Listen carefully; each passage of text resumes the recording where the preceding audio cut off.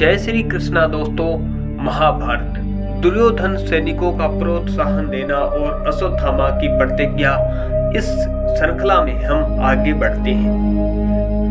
धृतराष्ट्र महाराज से संजय कहते हैं, भरत श्रेष्ठ तदंतर दुर्योधन कर्ण के पास जाकर महाराज शल्य तथा अन्य राजाओं से बोला, कारण यह स्वर्ग का खुला हुआ द्वार युद्ध के बिना इच्छा के अपने आप प्राप्त हुआ है।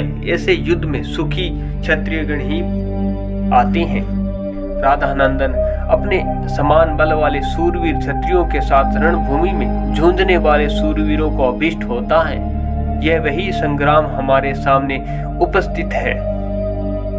तुम सब लोग युद्ध स्थल में पांडवों का वध करके भूतल का समर्थशाली राज्य प्राप्त करोगे अथवा शत्रुओं द्वारा युद्ध में मारे जाने के बाद वीर गति को प्राप्त होगे। दुर्योधन की ये बात सुनकर क्षत्रिय शिरोमणि वीर हर्ष में भरकर सिंहनाद करने और सब प्रकार से बाजे बजाने लगे।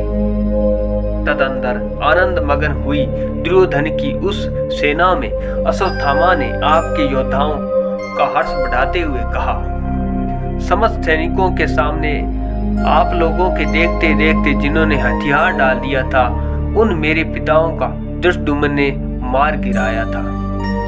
राजाओं उससे होने वाले असमर के कारण तथा मित्र दुर्योधन के कारण की सिद्धि के लिए मैं अब लोगों से सच्ची प्रतिज्ञा करके कहता हूँ, आप लोग मेरी ये बात सुनिए।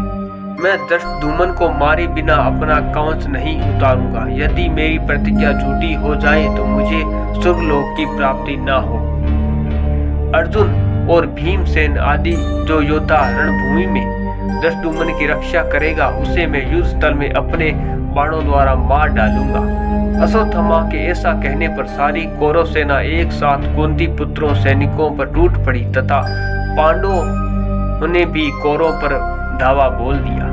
राजन, रणपतियों का यह संघर्ष बड़ा भयंकर था। कौरवों और संजयों के आगे प्रलय काल समान जनसंहार आरंभ हो गया।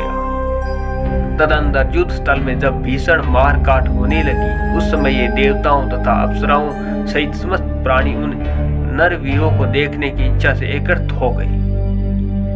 रणभूमि में अपने कर्म का ठीक ठीक भार वहन करने वाले मनुष्यों श्रेष्ठ प्रमुख वीरों पर हर्ष भरी हुई अप्सराएं दिव्य हारों भांति भांति सुगंधित